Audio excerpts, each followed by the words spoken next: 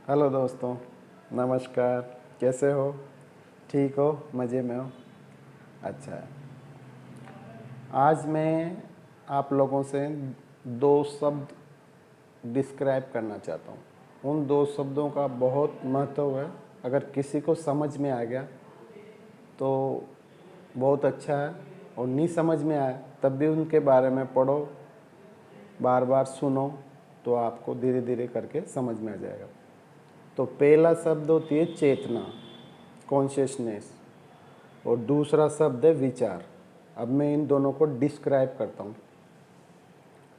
चेतना, हमारी चेतना क्या है? हमारी चेतना में सब कुछ आ जाता है, पूरा संसार आ जाता है, जिससे पूरी लाइफ हम बचपन से लेकर पूरी जब तक मौत होती है ना, जब तक जीते हैं ना, वो सब चेतना में आ जाते हैं। चेतना में हमारे सुख आ जाते हैं, हमारे डर आ जाते हैं, हमारे भय आ जाते हैं, हमारे संबंध आ जाते हैं, हमारे रिलेशन आ जाते हैं, हमारी आर्थिक व्यवस्था परेशानियाँ आ जाती है, हमारा प्रेम आ जाता है, कुछ लालसाएं, इच्छाएं, हमारी मेमोरी, हमारा ज्ञान, कुछ बनने की इच्छा, कुछ प्राप्त करने की इच्छा।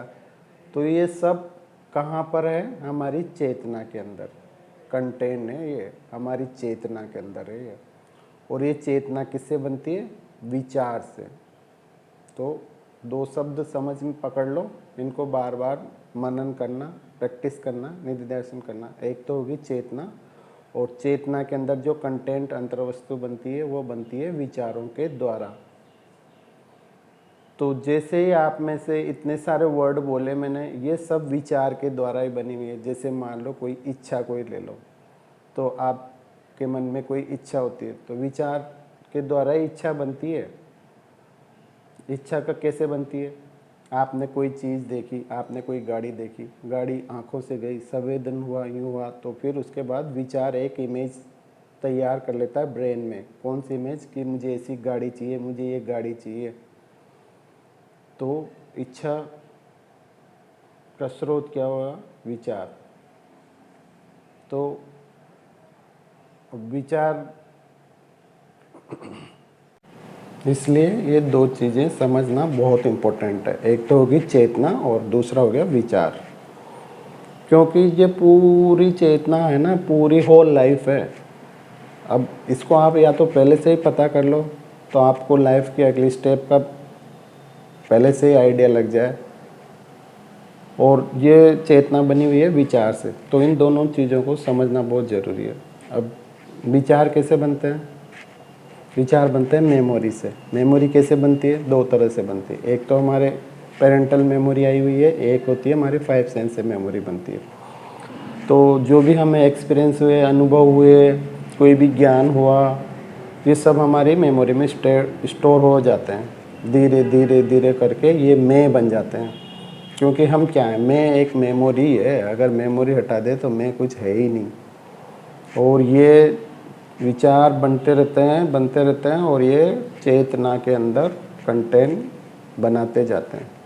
तो जैसे जैसे आप इन विचारों को, भय के विचार, इच्छा के विचार, सुख के विचार, डर के विचार, इनको धीरे धीरे समझते समझते खाली करते जाओगे, अंडरस्टैंडिंग करते जाओगे, तो फिर आप चेतना तक पहुंच जाओगे।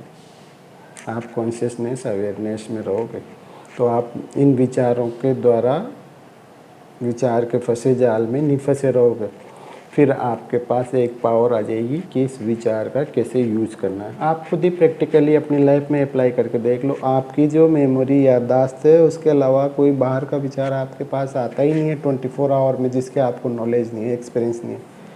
मेरी गारंटी है ये चीज़। मैंने साइंस में भी पढ़ा है और बहुत सारी बुक्स को पढ़ा है, तो उसके आधार पे मैं बोल रहा हूँ।